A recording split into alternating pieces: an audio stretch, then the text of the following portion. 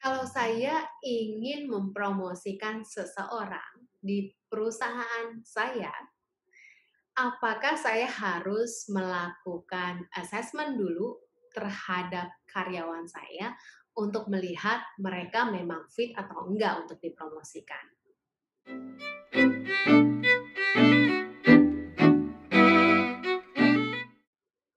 Apakah itu adalah pertanyaan Anda yang memang sama-sama ditanyakan oleh banyak klien saya juga? Nah, ini yang seringkali salah diartikan ketika ngomongin soal assessment atau assessment center ya. Jadi mengirimkan karyawan Anda ke biro psikologi atau ke satu manajemen konsultan untuk dilakukan assessment dengan alasan bahwa saya ingin tahu nih, kira-kira karyawan saya ini fit atau enggak sih untuk dipromosikan. Nah, kebanyakan user atau mungkin praktisi SDM akhirnya salah kaprah. Ketika mau mempromosikan seseorang atau misalnya mau merekrut seseorang, yang terjadi adalah terlalu percaya terhadap hasil psikotes atau hasil assessment. Yang sebenarnya kalau mau jujur, hasil psikotes ataupun assessment sama sekali tidak 100% valid untuk menggambarkan kondisi orang yang sebenarnya. Tidak menggambarkan situasi yang sebenarnya karena banyak faktor yang harus dipertimbangkan.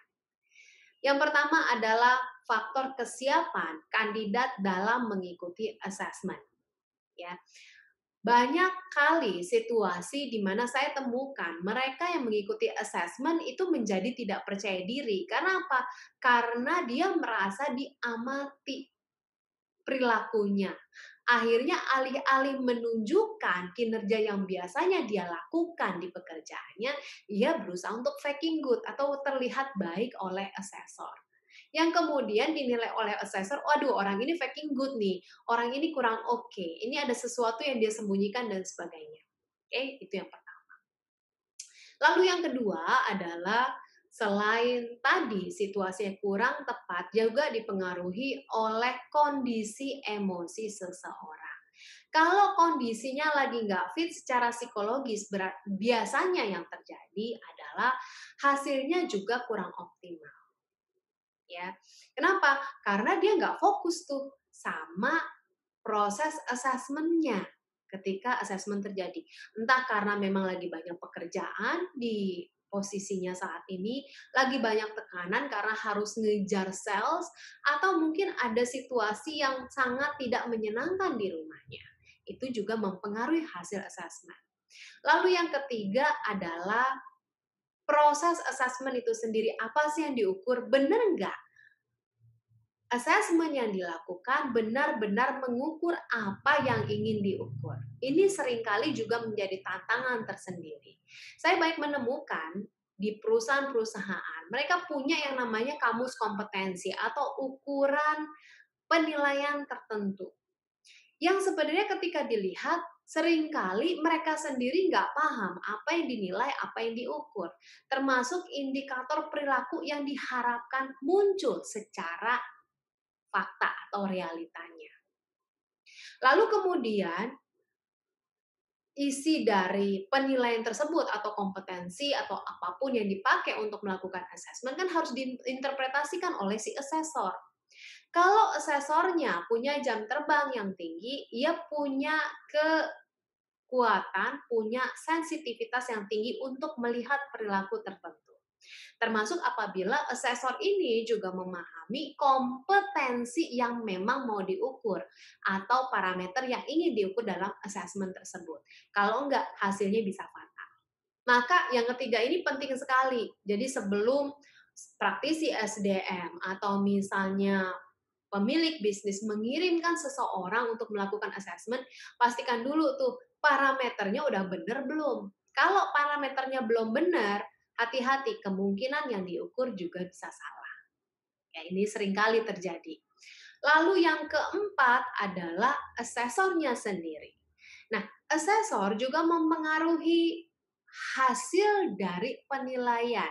Ketika seseorang memiliki jam terbang yang tidak terlalu lama dalam melakukan proses assessment terhadap kompetensi tertentu, terhadap satu parameter tertentu, tentunya tingkat sensitivitas untuk menemukan perilaku-perilaku tertentu yang ingin diukur juga mengalami bias. Sehingga kemudian muncul satu subjektivitas tertentu. Itu yang pertama dari faktor asesor. Yang kedua, kemampuan asesor dalam menganalisa perilaku, menganalisa pesan tersembunyi yang ingin disampaikan oleh si kandidat yang mengikuti proses assessment. Ini harus diperhatikan.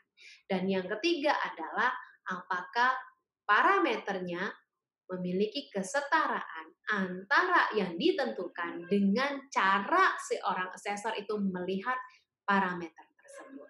Kembali, dalam proses assessment ada yang namanya proses evaluasi, ada yang proses yang namanya konfirmasi terhadap situasi. Sehingga ini juga melibatkan faktor tertentu dari asesornya, juga situasinya. Ya. Karena itu kalau kita ngomongin soal assessment, kita ngomongin soal psikotes, sebenarnya nggak bisa dikatakan 100% valid. Saya suka berkata kepada klien saya, ketika mereka ingin mengirimkan karyawannya untuk melakukan assessment, saya selalu bilang bahwa hasil assessment hanya memberikan gambaran maksimal 70% dari situasi yang sesungguhnya. Ya. Ini harus jadi catatan. Jadi enggak 100%, tapi hanya 70%. Itu pun bila si asesornya punya kemampuan yang luar biasa dalam melakukan assessment. Punya jam terbang yang lumayan tinggi untuk melakukan proses assessment terhadap posisi-posisi tertentu dan organisasi tertentu. Kalau misalnya ternyata baru asesornya, wah itu juga sulit untuk dipertanggungjawabkan. Maka kalau kemudian saya sebagai seorang praktisi bisnis atau saya sebagai seorang business owner, ketika saya mau mempromosikan karyawan saya, maka yang jauh lebih valid adalah ketika Anda melakukan observasi langsung terhadap apa yang dilakukan oleh karyawan Anda di pekerjaannya. Terutama adalah kita tinggal melihat bagaimana kinerjanya dan proses kerjanya selama periode tertentu. Karena itu, yang bisa membantu Anda dalam mereview apakah seseorang itu layak untuk dipromosikan atau tidak, maka milikilah satu sistem manajemen kinerja yang terintegrasi antara bisnis Anda, tujuan organisasi Anda, dan proses kerja serta hasil yang ingin dicapai di organisasi. Dengan begitu juga ketika sistem itu dijalankan, pastikan kita melakukan review secara berkala, termasuk melakukan proses evaluasi kinerja dan coaching kepada karyawan kita. Itu jauh lebih valid.